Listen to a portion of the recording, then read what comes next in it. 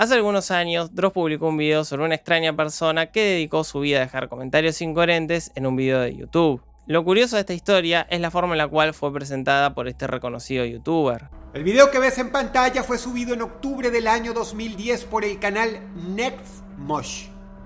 Traducido al español, el título reza: Cisnes en el templo masónico de Brooklyn, parte 1. Aquella banda llamada Los Cisnes es en realidad Swans, una de las bandas más importantes del rock experimental. Más allá de lo gracioso que pueda resultar la traducción al español de Swans, este video me hizo pensar en algo. ¿Por qué la música experimental siempre es percibida como aterradora o inquietante? Si bien Dross no vincula directamente a Swans con el satanismo, tiene otro video con un top de música espeluznante donde incluye artistas como Diamanda Galas. Y no es solo él, a lo largo de internet hay rankings ubicando a Dead Grips, Mervaux o Burzum como música aterradora. Por lo tanto, es pertinente preguntarnos qué es lo que convierte a esta música en espeluznante. Cómo artistas que consume el melómano promedio espantan a un gran número de personas. De eso se va a tratar el video de hoy, donde intentaremos dar respuesta a estas preguntas o al menos plantear otras interrogantes. Así que, sin darle más vueltas a esta intro, pasemos al video en sí. Este tema en particular es difícil de abordar porque se ha generado cierta confusión al respecto, por eso me gustaría que empecemos aclarando algunos conceptos. Primero, hablar de música aterradora me parece una exageración. No creo que la música por sí sola pueda generar terror. Como mucho puede ser inquietante, y si es capaz de producir miedo es por algo asociado a esa canción, como puede ser, no sé, Slipknot o Black Sabbath.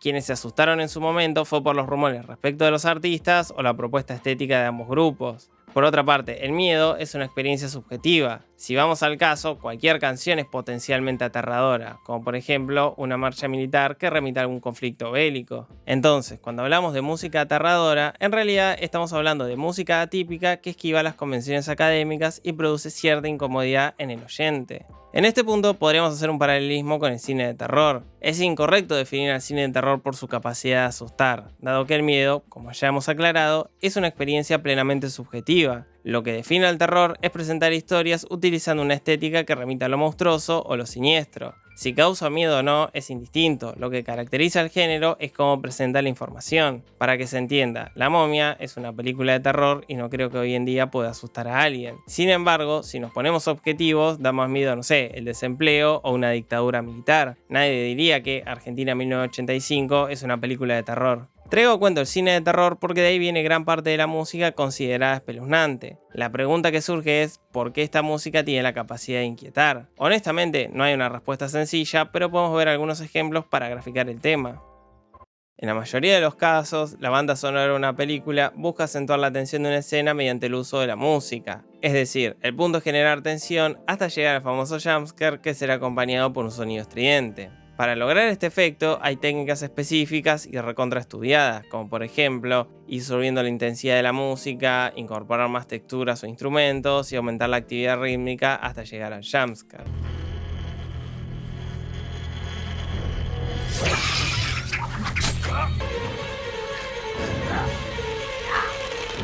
Sin embargo, esta técnica no es exclusiva del cine de terror. El efecto se genera por el tipo de instrumentos que se usa y obviamente su relación con la imagen. Esto de generar tensión o expectativa es usado en gran parte de la música que conocemos, desde Bach hasta el boom del EDM en el 2010.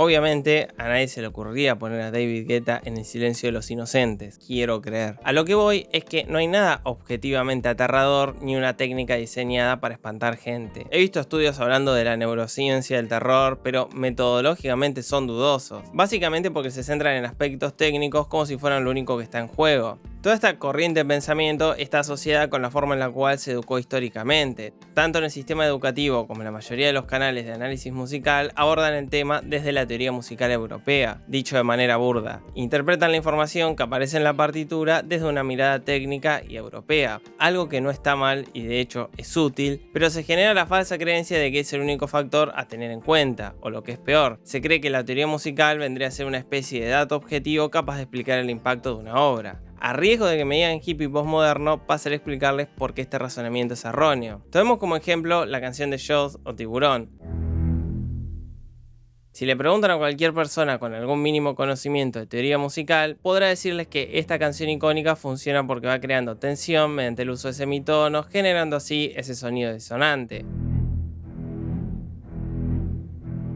para luego aumentar la actividad rítmica y de esta forma anticipar la llegada de este depredador.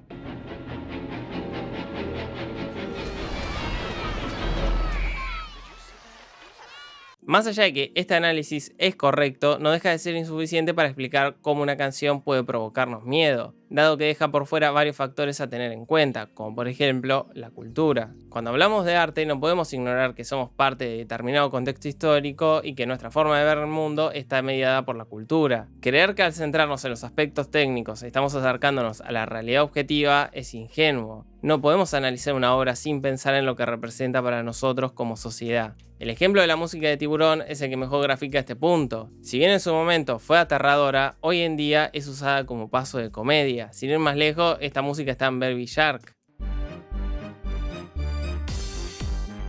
Lo mismo se podría decir de otras canciones como la del Exorcista, Psicosis o Viernes 13. Al ser obras tan icónicas dentro de la cultura, es imposible pensarlas simplemente como canciones. El solo hecho de escucharlas nos remite a estas películas. Es como cuando escuchamos la música del Padrino. No quiero asustar a los cinéfilos, pero esta música fue tan bastardeada que prácticamente ya se la conoce como la música de los mafiosos. Traigo estos ejemplos para probar un punto. No existe una relación lineal entre la música y su efecto en las personas. Lo que voy a decir probablemente haga que no me sponsoree nunca uno de esos tipos que vende música libre de copyright, pero lo voy a decir igual. No existe la música aterradora o tampoco se puede comprar música para hacer una escena terrorífica. O sea, si googlean música aterradora van a encontrar dicha categoría, pero es una cuestión de marketing. Si bien es cierto que al analizar canciones terroríficas vamos a encontrar algunos puntos en común, esto no es tan rígido. De hecho, podríamos tener el mismo efecto tomando cualquier canción pop, como pasa con Tiny Tim en Insidious.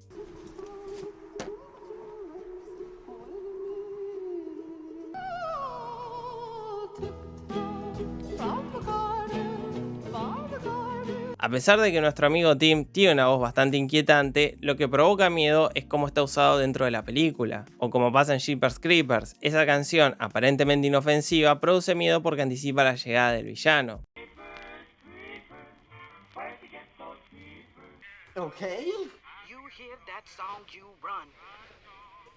Por otra parte, la música dentro de una película no cumple una sola función. Hasta ahora solo vimos casos donde es usada para generar tensión dentro de una escena, pero también puede ser para ubicarnos en tiempo y espacio, como cuando ponen Creedence para darnos a entender que algo está ambientado en los 60.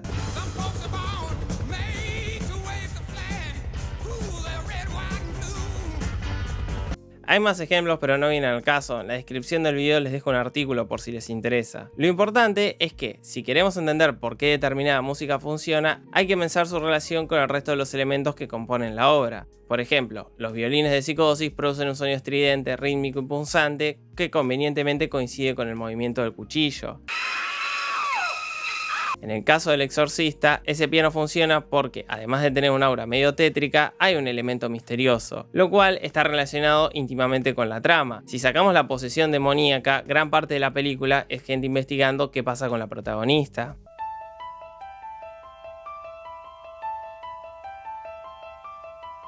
Y por último está la música de Viernes 13, donde el elemento más llamativo son esos sonidos que imitan susurros en el bosque, los cuales son usados para graficar la sensación de peligro constante que provoca ser perseguidos por esta entidad aparentemente omnipotente.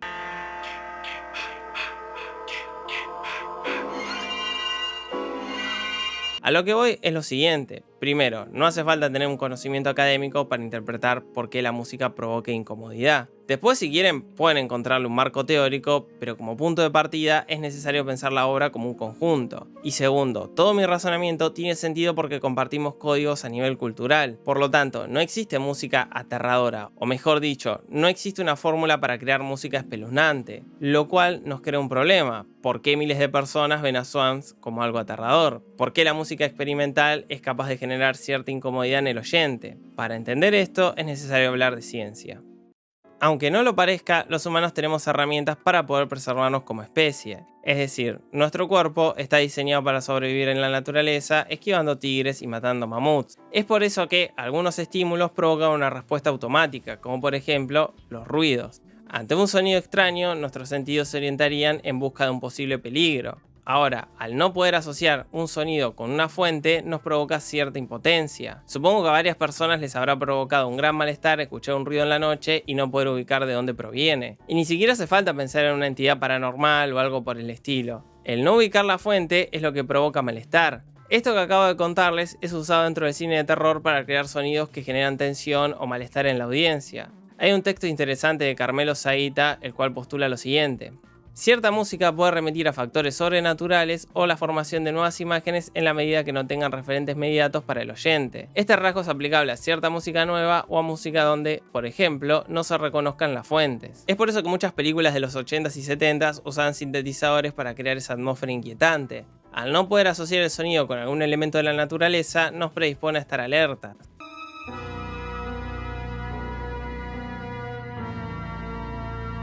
Por fuera del cine de terror, la música experimental suele usar estos recursos, pero no necesariamente para asustar, sino más bien para crear sonidos novedosos, como pueden ser los sintetizadores agresivos de Sophie. Pony. Boy. O ese reggaetón medio infernal de Arca.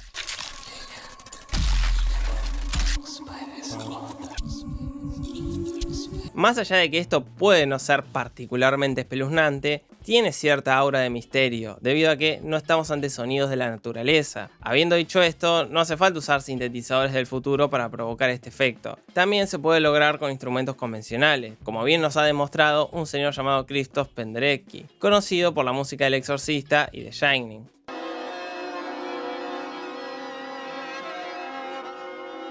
Lo que genera desconcierto es lo caóticas que son sus obras. Incluso parece estar tocando notas sin criterio. Obviamente que hay una teoría detrás, pero no viene al caso. El punto es que esas cuerdas disonantes parecen evocar gritos provenientes del mismísimo infierno. Esto se debe a que el sonido de los violines es similar al de un grito de terror, sumado a que todo lo disonante puede generar tensión o desequilibrio. Algo similar pasa con los planos donde la cámara está ubicada de manera atípica. Al ser educados en una sociedad donde lo equilibrado representa el buen arte, entre comillas, cualquier cosa que se salga de eso empieza a provocar cierta incomodidad. El arte experimental activamente busca escapar a las convenciones. Por eso lo que en su momento fueron las locuras de Krzysztof hoy son el estándar del cine de terror, como por ejemplo puede ser, no sé, The Witch.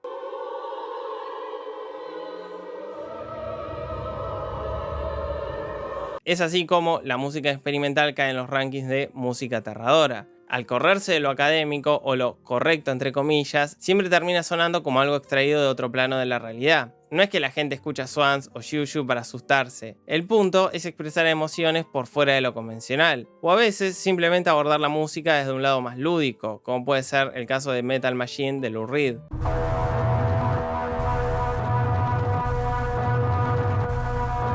Estos son algunos ejemplos y el tema obviamente es más complejo y se puede abordar desde varias aristas. Por eso en la descripción del video van a encontrar artículos y videos con otras posturas por si les interesa indagar. Pero esto que les mostré más o menos explicaría por qué ciertos artistas pueden perturbar al mismísimo Dross. Lo central es reconocer que no estamos ante un grupo de locos sin formación artística. Al contrario, para escapar a lo correcto es necesario entenderlo en profundidad.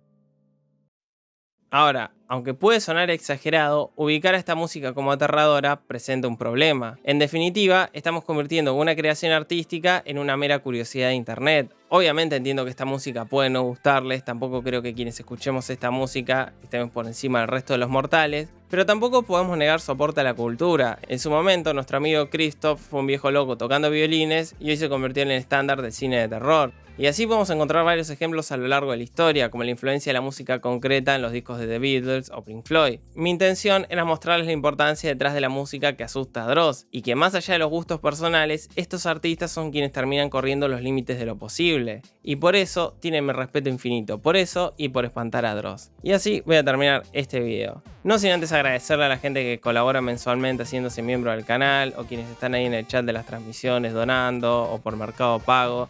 La verdad que todo eso ayuda un montón. También se le agradece a quienes comparten los videos, me siguen en Twitter, en mi canal secundario, en Twitch y un infinito número de redes sociales que cada vez son más y cada vez cuesta más seguirlas. Pero bueno, gracias gente.